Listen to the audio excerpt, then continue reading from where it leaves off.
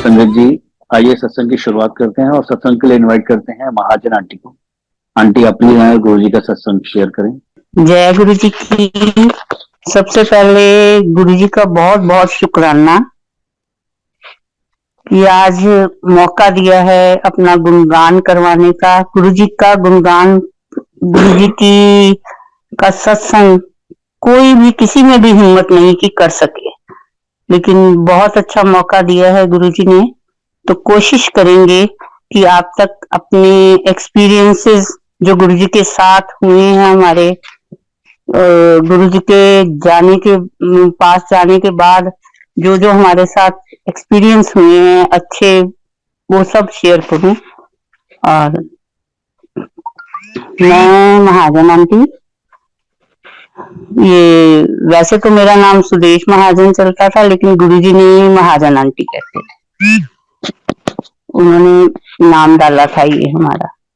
और साथ में मैं पार्लर का काम करती थी, तो पार्लर वाली आंटी भी कह देते थे।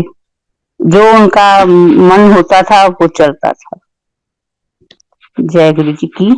अब मैं शुरू करती हूँ।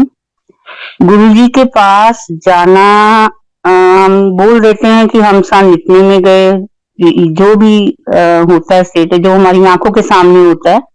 मैं 2001 में गुरु जी के दर्शन किए हमने, वो भी गुरु जी के बुलाने के बाद। इसके पीछे एक बड़ी हमारी लाइफ की हिस्ट्री थी। मैं और मेरी एक फ्रेंड है, हम लोग बहुत परेशानियों में जूझ रहे थे, और दुनिया का कोई पंडित, कोई ज्योतिषी, कोई नहीं छोड़ा था। 2-3 साल 4 साल भटके, कोई किसी ने कहना ये इलाज करो तो हो जाएगा, ये इलाज करो तो हो जाएगा। मैं सीवियर एस्थमेटिक पेशेंट थी, और मेरा पार्लर था। ये दोनों चीजें मैच नहीं करती थी, तो मुझे ये होता था कि ये अस्थमा मेरा ठीक हो जाए किसी तरह से। कोई पंडित, कोई ज्योतिषी, कोई नहीं छोड़ा। थक हार के जब कुछ नहीं बना ना, कुछ किसी ने कहना 100 रुपया दे दो, किसी ने कहना 200 कर दो, किसी ने उपाय बताने, इतने इतने खर्चे करके हार के बैठ गए। मैं और मेरी फ्रेंड, मैंने कहा आज बिल्कुल बस कर देनी है, कहीं नहीं जाना, अब जो होगा देखा जाएगा। फिर गुरुजी ने मेरी फ्रेंड को बुलाया उनकी भाभी के थ्रू। वो भाभी आते थे वहां मंदिर गुरु जी के, तो उनके थ्रू बुलाया, और मौका मिला कि गुरुजी जालंधर आए हुए थे। हमें इजी था वहां जाना। तो मेरी फ्रेंड ने कहा कि ऐसे ना गुरुजी आए हुए हैं, एक डिफेंस कॉलोनी है, और मेरे को भाभी बार बार कह रही है, मैं क्या करूं। मैंने कहा जा हो यार, जो लड्डू मिलते हैं ले ले तू भी, हमने तो लेके देख लिया सब कुछ। तो कहती नहीं, चलो एक बार ना भाभी कह रही है, हो आती हूँ मैं। वो आई, और गुरुजी के पास आके तो फिर वापसी तो दिखती भी नहीं है ना। तो आके नेक्स्ट डे मुझे कहने लगी कि आप भी चलना आज, वैसी चीज ऐसा नहीं है जहाँ हम इतनी जगह गए हैं वहां कोई चढ़ावा नहीं, कुछ नहीं, तू चल ऐसे। मैं कहा तू ना पहले देख ले, तुझे जो मिलता है ना तू ले आ, फिर उसके बाद मैं जाऊंगी, मैं नहीं ऐसे, अब धक्के नहीं खाने हमने। मैं नहीं गई। नेक्स्ट डे उसके पास कन्वीनियंस नहीं थी जाने के लिए, तो मेरे बेटे को बोला उसने कि आप मेरे को ले चलो, वहाँ डिफेंस कॉलोनी जाना है। कहता चलो मैं ले जाता हूँ। वो आया गुरु जी के आश्रम, और वहां से वापस आके कहता मम्मा एक बार चलो, बहुत अच्छी जगह है, जहां जहां आप गए हो ऐसा कुछ नहीं है, बहुत अच्छी जगह है, आप चलो। मैंने मन में सोचा कि हम इतनी जगह भटके, बच्चे को ले लेके, इसने कभी नहीं हमें कहा कि नहीं जाना, तो चलो एक बार मान लेते हैं इसकी बात भी।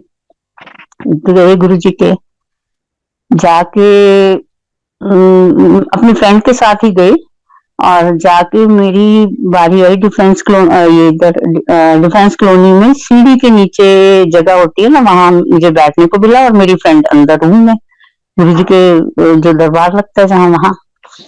अब मैं तो वहां बैठ के ये सोचती हूँ कि उसको तो वो जानते हैं गुरु जी, क्योंकि उसको आवाजें दे दे के बुलाया कि उसको लेके आओ, वो बहुत भटकी हुई है ऐसे करके, उसकी भाभी के थ्रू। तो मैं क्या, मुझे तो जानते भी नहीं, उसका तो पता है वो हिंदू है, मेरा तो पता ही नहीं गुरु जी को कैसे करेंगे। जब बैठते थे गुरु जी, तो सत्संग खत्म होता था तब गुरुजी हलवे का प्रसाद बांटते थे अपने हाथ से। तो लाइन में लगे हुए मेरे मन में ये विचार चल रहे हैं, और जैसे ही मैं गुरुजी के पास पहुंची हूँ तो कहते हैं, हाँ की ना है तेरा। मैंने अपना नाम बताया, फिर मेरे तो नर्वसनेस शुरू हो गई, शरीर कांपना शुरू हो गया। मैं तो वहां बैठ के बात कर रही थी, गुरुजी को कैसे पता लगा। फिर कहते कित्थों आई है, मैंने बताया उनको भी यहाँ से ही आई हूँ। चलो हो गया, जर्नी शुरू हो गई। रोज 6 बजे हमने शटर डाउन करना, और बस ये होता था कि जाए वहां। एक खींच लग गई थी कि वहां जाके बड़ा सुकून मिलता है। और दूसरी बात ये भी थी कि जब हम जाते थे चाय प्रसाद मिलता था, मैंने चाय टेस्ट भी नहीं की थी पूरी लाइफ में। फर्स्ट टाइम जब हमें गुरुजी के मंदिर में चाय का प्रसाद मिला तो मैंने कहा मैं तो पीती ही नहीं। एक अंकल कहते कि ये गुरुजी का प्रसाद है, ये पी लो आप। और मेरे को तो चाय का टेस्ट भी ना लगे, मैं तो फर्स्ट डे तो मतलब पी गई मैं प्रसाद समझ के बस, लेकिन मुझे वो नहीं था कि पीनी है, जैसे चाय है भी, चाय के नाम से ही जैसे मुझे वो होता था। लेकिन गुरुजी ने चाय पिला पिला के, वहां तो सबको चाय मिलती थी और हर बार चाय चलता रहा ऐसे, रोज जाना बैठना वहां जाना। मैंने गुरुजी ने मेरा नाम भी पूछ लिया। मेरे एक्चुअली 2 बेटे और सेट नहीं थे, तो बड़ी परेशानी सी लगती थी कि कैसे करें। सारी जगह भटक के देख लिया, कुछ नहीं बना। तो एक दिन क्या हुआ, गुरुजी हम दिल्ली गए, और दिल्ली वहां कैबिनेट के पास गुरुजी खड़े होते थे। तो हम गए तो मैंने माथा टेका, और गुरुजी सीढ़ी लाके बोले, हाँ की कहना है। वो हमारे अंदर की जानते, लेकिन हमें इतनी उनका वो था ही नहीं, नॉलेज ही नहीं थी। बस ये है कि इंसान के रूप में खड़े हैं और इनसे क्वेश्चन पूछ लो तो हो गया। वो तो अंदर तक जानते हैं हमारे, हमारा तो पूरी स्कैनिंग कर लेते। तो कहते हाँ की कहना है। मैं क्या गुरुजी बच्चे नहीं सेट। 2 स्टेप पीछे जाके कहते हैं हाले तो ऐसी आप ही नहीं सेट हुए। मैं अपनी फ्रेंड को बोला, मैं कह इंदू आप नहीं सेट तो हमें क्या सेट करना। लेकिन इसके पीछे भी एक बड़ा रीजन था। हम लोग कहते हैं कि गुरुजी रीजन ऐसा था कि हम कहते हैं कि गुरुजी से हम 2001 में मिले, मैं 2001 में गई थी, लेकिन उनका हमारा जन्म जन्म के रिश्ते हैं। ये बात है 88 की, जब हमें पता भी नहीं था गुरुजी के बारे में। हमारी फैमिली 3 फैमिली हम वैष्णो देवी गए, और वहां मेरा छोटा बेटा जो 6 साल का था वो बिछड़ गया। आई थिंक पूरी रात और दिन चढ़े वो लड़का हमें 6-7 बजे के करीब मिला।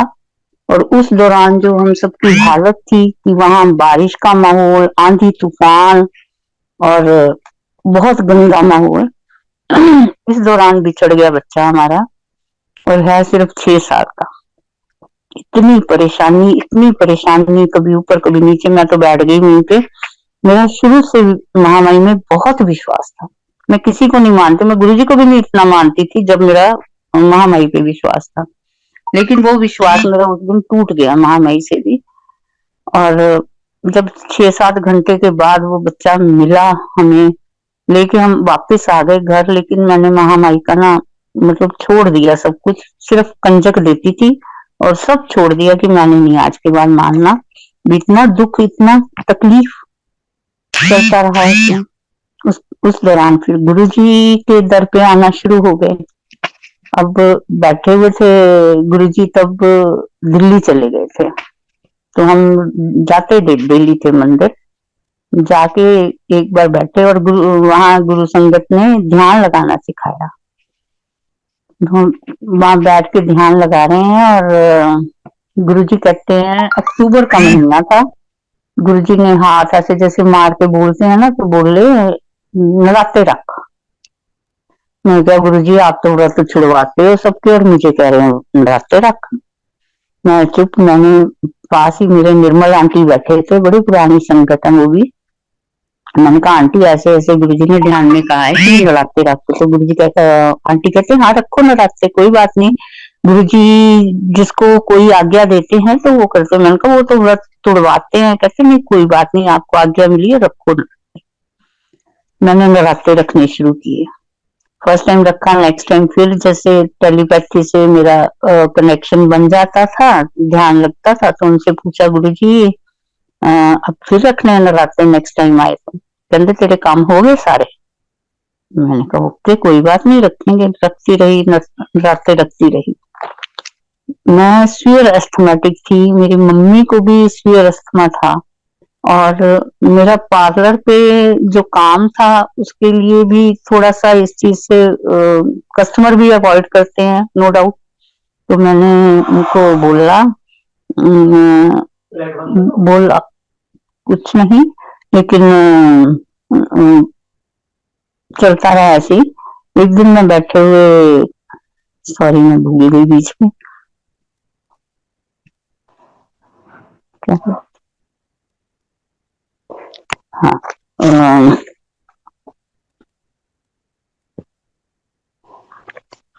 हाँ, मेरी मम्मा को भी अस्थमा था और मुझे भी अस्थमा था, तो मैं इसी के लिए पहले भटकती थी, फिर छोड़ दिया सब कुछ। तो गुरुजी के आके तो मैंने कभी कहा ही नहीं कि मुझे ये प्रॉब्लम है।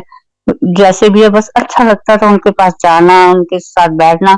डिमांड खत्म हो गई थी या क्वेश्चनिंग खत्म हो गई थी, या फिर हमारी जो होता है ना कि हम इस शर्त से मानेंगे गुरुजी को, वो सब खत्म हो गया था।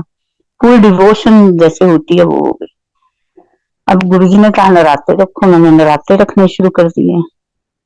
और आप संगत जी यकीन नहीं मानेंगे, जितने घंटे मेरा बेटा बिछड़ा रहा उतने साल मेरे से नवरात्रे रखा के गुरुजी ने मेरे अस्थमा बिल्कुल क्योर कर दिया।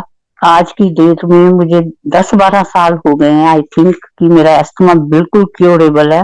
मेरे को एक जरा सा भी एहसास भी नहीं है इस चीज का कि मुझे अस्थमा है, जबकि सबने सुना हुआ है कि दमादम के साथ जाता है, और हेरिडिटी हो तो वो तो हड्डों में बसा होता है जैसे। तो ये तो छोटी छोटी सी बातें होती हैं हमारे साथ, जो गुरुजी ने हमें बहुत बहुत कुछ दिया है, बहुत कुछ। हम तो उनका थैंक भी नहीं कर सकते उतना जितना उन्होंने दिया। और हमारी भटकना खत्म की हमने। इधर उधर भटकते थे, कभी किसी पंडित के पास जाओ, किसी तरह एक ठहराव सा आ गया जिंदगी में बस। और जब गुरुजी ने दिल्ली जाना तो हमने दिल्ली भी बहाने ढूंढती थी मैं जाने के। हाँ, क्या हुआ कि मेरे एक्चुअली पेरेंट्स दिल्ली और मैं मैरिड उधर जालंधर में। तो जब गुरुजी दिल्ली चले गए मुझे तो बहाने चाहिए थे दिल्ली जाने के लिए, क्योंकि फैमिली से जाने भी नहीं देंगे ऐसे स्पेशली कि आप जाओ गुरुजी के दर्शन करो, क्योंकि उस समय इतनी डिवोशन भी नहीं थी किसी को। तो क्या हुआ कि किसी की डेथ होनी तो भी मैंने मतलब प्रायोरिटी देनी कि मैं जाऊं, हस्बैंड को नहीं भेजना, पहले वही जाते थे। और अगर किसी की शादी है तो भी मैंने कहना मैं जाऊंगी, इसी बहाने गुरु जी के होके आएंगे। फिर कुछ भी हो, अच्छा बुरा जो भी हो, मैंने जाना। एक बार गुरु जी ने कह ही दिया कि माथा टेका, जैसे ही मैं उठी मैनू थोड़ी मिलन आंदे ने, कोई मर जाए कोई जी जाए उन्होंने वास्ते आंदे ने, मेरे को आंदे ने, मैनू थोड़ी मिलन आंदे। और ये फैक्ट था, ये फैक्ट था। हम बहाने ढूंढते थे, हम डायरेक्ट नहीं कह सकते थे घर में, क्योंकि उस समय इतना डिवोशन नहीं थी किसी की भी। मेरा प्यार बन गया गुरु जी से, या उन्होंने मुझे अपने चरणों में लगा लिया, लेकिन वो नहीं बन रहा था। ऐसे ही लाइफ चलती रही। अब मैं आपको अपने बेटे का केस सुनाती हूँ। मेरा बेटा काम करता था कॉस्मेटिक्स का, उसका था पार्लर टू पार्लर, जैसे सामान सप्लाई करते हैं तो इसने इवेंट कराना था एक अमृतसर में। और जो पार्लर की होस्ट होती हैं उनको सौंप दिया कि आप मेंबर्स इकट्ठे कर लो, तो मैं यहाँ बुला के टीचर को जो भी अच्छा मिलेगा, जो भी टाइम के हाथ में, तो इवेंट कराएंगे। ओके हो गया। अब लड़कियों ने, उसका नाम था सलीम कुछ करके ऐसे नाम था, तो लड़कियां जो थी वहां की पार्लर वाली, उन्होंने उस जावेद हबीब एक नेम फेम है, उसका नाम प्रिंट करा के वहां अपने पब्लिसिटी करती इस चीज की, इलीगल टाइप जैसे कह लो कि उन्होंने गैदरिंग इकट्ठी करनी थी और नाम दे दिया जावेद हबीब का, सलीम का ना दे। अब क्या हुआ जी, जब वहां ये चल रहा था, बेटे को पता ही नहीं इस बात का, वो तो इवेंट मैनेज कर रहा था, वो तो टाइम टू टाइम गया और उसे तो पता भी नहीं कि ये चक्कर है। जब हबीब के लोगों को पता लगा तो वो वहां आ गए, झगड़ा करने लगे और पुलिस बुला ली कि इन्होंने आना तो होस्ट पे ही है ना सारा। जब किया लड़कियों ने देखी पुलिस और वो भाग गई और बेटा मेरा फंस गया वहां। अब उसको पुलिस लेने आ गई बाई चांस। वैसे मेरी वहां नीज रहती है अमृतसर में, वो उसी समय उनको फोन किया उसने, तो वो आ गए वहां और कहा कि ऐसा कुछ नहीं है। ये उसने बताया भी कि ये मेरा वाला ये देखो पैम्फलेट जिस जो मैंने इनको दिया था, इन्होंने चेंज करके बच्चों ने किया और वो भाग गई।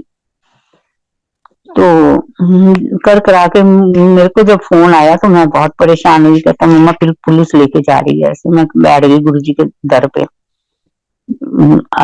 ध्यान लगा के। मैं कहा गुरुजी अगर वो डिफॉल्टर है तो फिर जो करोगे मुझे मंजूर है, अगर वो डिफॉल्टर नहीं है तो मुझे मेरा बच्चा घर चाहिए। इतनी देर में सारा सर्कुलेट हो गया। वो एक आता था सावधान इंडिया करके ऐसे, तो उसमें आना शुरू हो गया। रात को मुझे फोन आने शुरू हो गए, जबकि बच्चा मेरा घर था उस समय। मेरे को फोन आने शुरू हो गए रिलेटिव्स के सबके, भाई ऐसे ऐसे हुआ है, क्या हुआ है। मैंने कहा नहीं ऐसा कुछ नहीं है। कैसे कहाँ है, अभी कहाँ है। मैंने कहा वो तो घर में है। कहते आप झूठ बोल रहे हो। मैंने बात कराई, मैंने कहा ये देखो घर में है, क्या हुआ क्या है। कहते कुछ नहीं, बताया नहीं मुझे और हमें भी नहीं पता। सुबह उठ के वो जॉब पे जाने लगा तो रास्ते में उसको पूछ रहे तू यहाँ है तो वहां कौन है। तो कहता क्या हुआ है।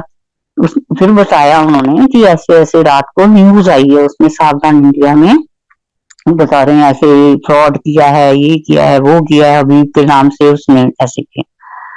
हम बड़े हैरान भी, हमें पता ही नहीं इस चीज का। चलो एनीवेज, सुबह फिर वो न्यूज रिपीट हो रही है, हमारे रिश्तेदारों के फिर फोन आने शुरू हो गए कि ये क्या है। मैं गुरु जी के आगे बैठी, मैंने कहा अगर वो डिफॉल्टर है तो ठीक है, बच्चा मेरा घर में है और ये न्यूज पे न्यूज चली जा रही है।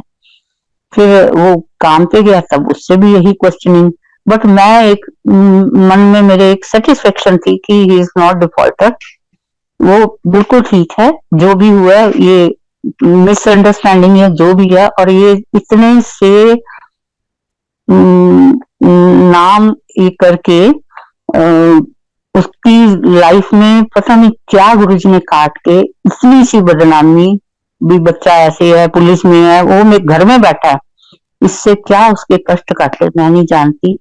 लेकिन विश्वास जो है वो और बढ़ता गया, गुरु जी के साथ बढ़ता गया। एक बार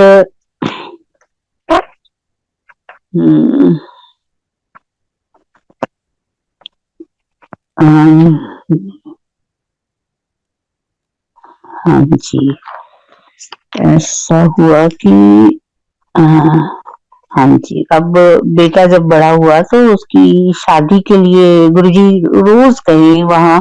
सुदामा भैया यहाँ गुरुजी के सेवादार थे, तो उन्होंने रोज कहना आंटी बेटे की शादी कर दो। गुरुजी कहते हैं बेटे की शादी कर दो। उनका अच्छा, वही सेटिंग की प्रॉब्लम थी, कुछ ये चक्कर था जो केस हुआ ऐसा। तो फिर कहते आंटी सब ठीक हो जाएगा, भैया की शादी कर दो। गुरुजी चाहते हैं भैया की शादी कर दो। मैं क्या अच्छा ठीक है सुदामा भैया, फिर गुरुजी ने लड़की देखनी है, मुझे नहीं पता। मैं नहीं तो क्या होता है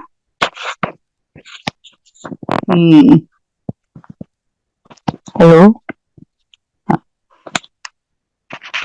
क्या होता है कि लड़की देखने जाना है और रिश्ता घर में आया मेरे, और उसके बच्ची के फादर जो है ना वो कहते हमें बिल्कुल ठीक लग रहा है रिश्ता, तो आप इसको देखने दिखाने की बात। मैं गुरुजी से एक ही बात बोली, गुरुजी मैंने बहुत लड़कियां नहीं देखी, मुझे वो दिखाना जो मेरे घर में आती, क्योंकि मेरे 2 बेटे हैं।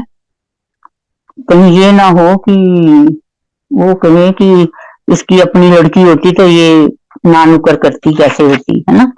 तो मेरे मन में ये बहुत था, और मैंने गुरु जी के आगे सच्चे मन से प्रे किया कि मेरे को वही दिखानी जो मेरे घर आनी है। और वही हुआ मेरे साथ कि जो लड़की दिखाई गुरु जी ने, वही उसको ही बहू बना के मैं घर में लाई। और इतनी नाइस बच्ची है वो, कुछ कहने की हद नहीं। हमारी माँ बेटी की इतनी अच्छी निभ रही है। इस समय वो दुबई में जॉब कर रही है और अर्न भी कर रही है, और उसकी आगे बेटी है एक। अब ये बेटी की बात सुनाती हूँ कि जब शी वॉज प्रेग्नेंट, तो मैं बहुत लेयर थी, पार्लर पे इतना काम होता था ना कि बस हो नहीं पाता था कुछ भी। घर आके 10-10 बजे घर आना, नहीं तैयारी हुई। शी वॉज प्रेग्नेंट, तो मैं कह रही थी कि टाइम पूरा हो गया है, तो इसकी मैंने कोई तैयारी नहीं की। तो मैं पार्लर में थोड़ा देर रेस्ट करने के लिए लेटी हूँ, तो मुझे सपने में गुरुजी ने दिखाया एक बच्चा पकड़ा रहे हैं, जैसे नर्स पकड़ाती है ना, ये लो पकड़ो गई, ऐसे गुरुजी ने ऐसे मुझे बच्चा पकड़ाया। अल्लाह का मैंने अपने हाथों में ले लिया, और मैं कह रही हूँ हाँ गुरुजी, मैंने तो कोई तैयारी नहीं की थी अभी। जब मेरी नींद खुली तो मैं तो बड़ी बेचैन हो गई। मैंने कहा अब तो कैसे करूँ, 10 बजे मैं रात को घर गई, फिर कोई तैयारी नहीं। जाके सुबह उसको पेन स्टार्ट हो गई बच्ची को। मैं वाकई कहा कि मेरे को तो कोई वो ही नहीं लगा कि मैं कैसे अब करूं। एकदम से चलो ले गए हॉस्पिटल उसको, और जैसे सेम डे उसकी डिलीवरी हुई है। और जैसे मुझे गुरुजी ने दिखाया कि बच्चे को पकड़ के मेरे हाथ में दिया, अल्लाह फाड़, ऐसे ही नर्स ने आके दिया, आंटी ये लो पकड़ो, सेम कंडीशन में। और 4th डे जब बच्चे को छुट्टी मिली, तो मैंने कहा मैं तो मत्था टिका के गुरु जी के फिर लेके जाना घर। मैं लेके वहां गुरु जी के मंदिर, डिफेंस कॉलोनी, वहां रमा आंटी बैठे हुए थे। बड़ी पुराने हैं वो भी, संगत अब तो शी इज नो मोर, लेकिन बहुत डिवोटी थे, डाउन टू अर्थ। एंड गुरु जी के तो तो वहां बैठे हुए थे, वो कहते कि कितने दिन की है, मैंने कहा 4 डे की, हम हॉस्पिटल से ही लेके आए। कहते बहुत अच्छा किया आंटी, गुरु जी के चरणों में पहले लेके आए हो।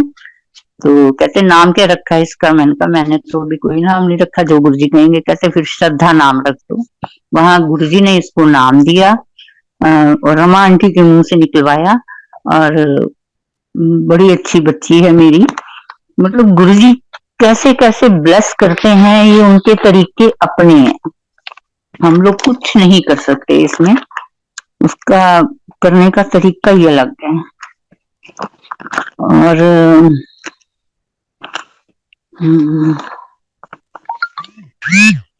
हाँ, एक बार क्या हुआ कि मैं और मेरी फ्रेंड तो गुरु जी के जाते थे, लेकिन एक और वो थी, तो दिल्ली हमारा आना बना, कोई काम था हमें। तो कहते हम सब चलते हैं गुरु जी के मंदिर होके आएंगे। हमने कहा चलो ठीक है। हाँ, और रिजर्वेशन करवा लिया हमने ट्रेन की।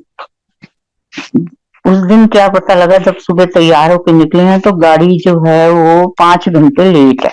अब 5 घंटे लेट का मतलब है कि दिन पूरा पार है। क्या हुआ कि उसको वैसे हमने ऑटो वगैरह पे आना था, तो मेरा बेटा छोड़ने आया हम सबको।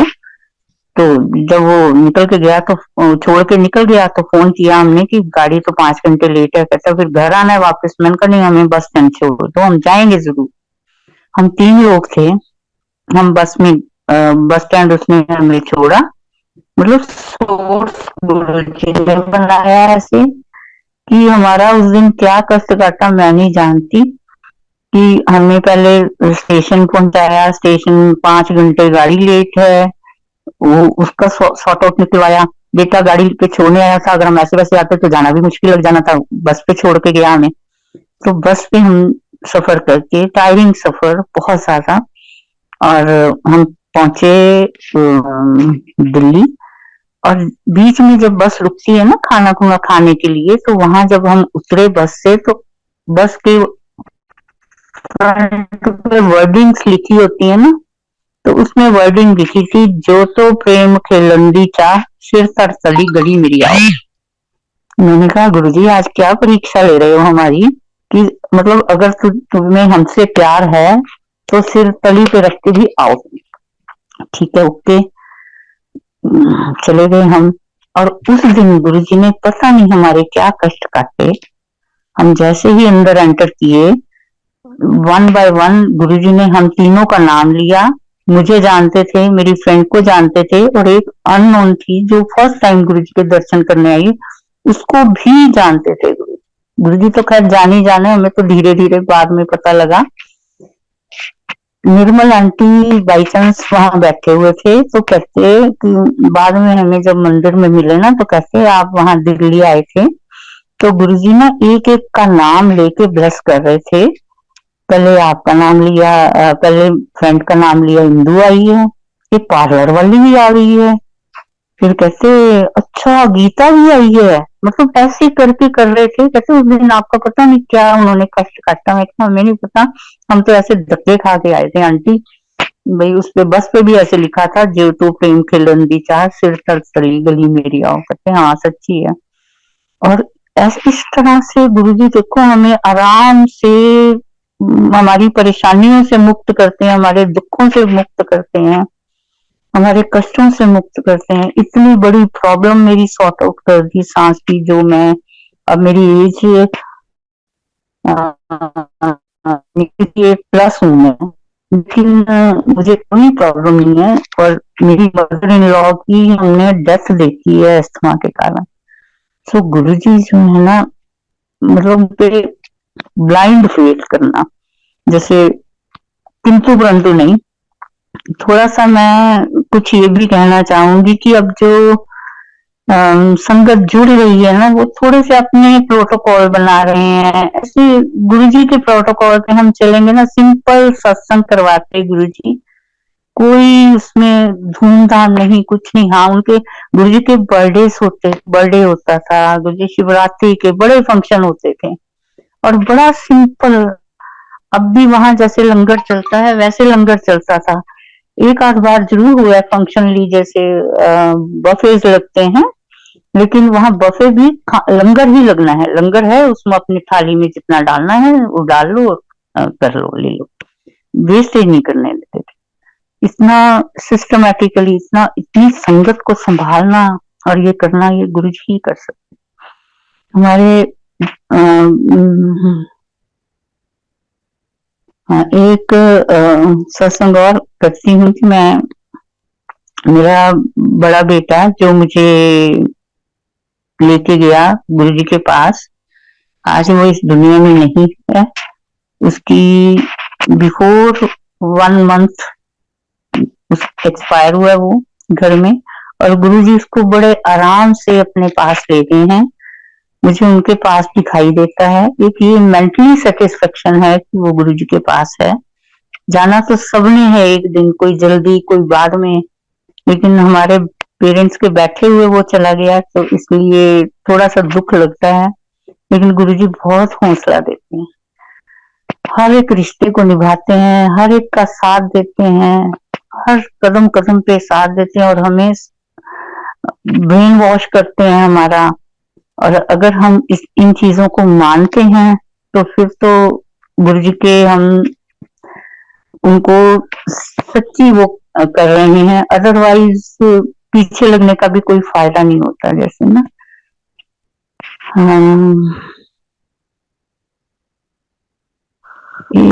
और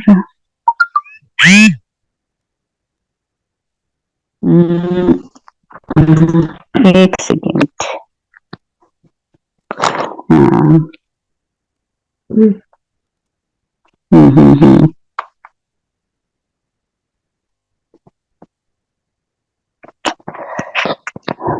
अब मैं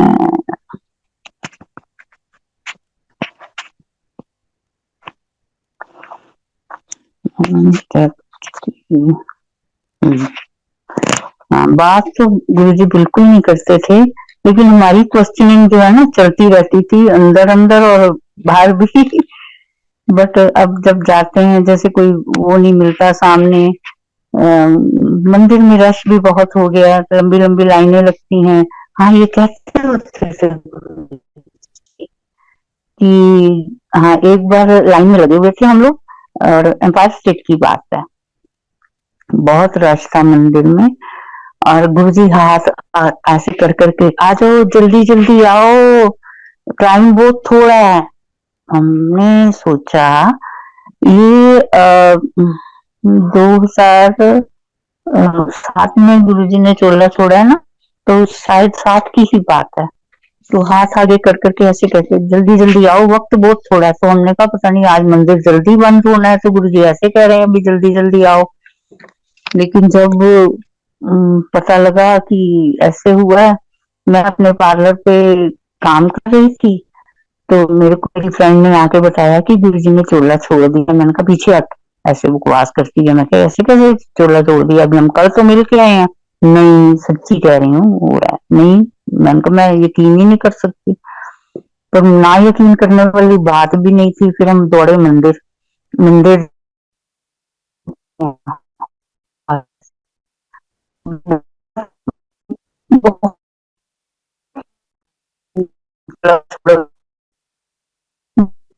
चलो शारीरिक रूप से गए, बाकी तो मोर देन पावरफुल होके सबके काम सवार हैं। उस समय कहते होते थे कि सारी दुनिया मगर लग गई थी। दिल्ली क्यों आए कि दिल्ली में ऐसे बहुत लोग भटके हुए हैं, इधर उधर अपनी बर्बादी करवा रहे हैं, और कल्याण करना है। एक जगह बैठे इतनी संगत होती थी और इतनी मैनेजमेंट अच्छी होती, कोई वो नहीं था सिस्टम।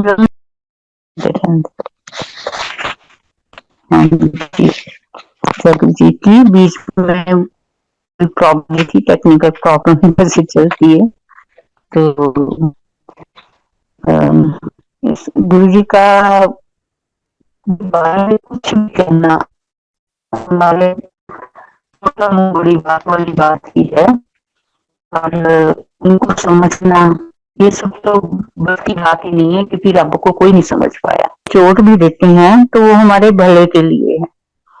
अगर हमें हम ऐसे तो करने पे आए तो फिर कोई परेशान हो ही ना, लेकिन जो हम अपने कर्म लिखा के आए हैं, जो हमें शारीरिक भोग भोगने हैं, वो सब तो होना ही है इसमें। इसलिए गुरुजी की भी माने और गुरुजी को भी माने, ये दोनों बातें साथ साथ चलेंगी तो ही गुरुजी खुश होंगे। और बस तो उन्होंने करना ही है, जो उन्होंने जिनको बुला लिया अपनी शरण में, ब्लेस तो उन्होंने करना ही है। उनका तरीका अपना है, समय उनका अपना है, जब जिसके लिए जो अच्छा है वो करेंगे। बस इतना ही कहते हुए मैं वाणी को विश्राम देती हूँ। संगत जी बहुत बहुत शुक्राना, गुरु जी का बहुत बहुत शुक्राना, ये अवसर दिया। जय गुरु जी, जय।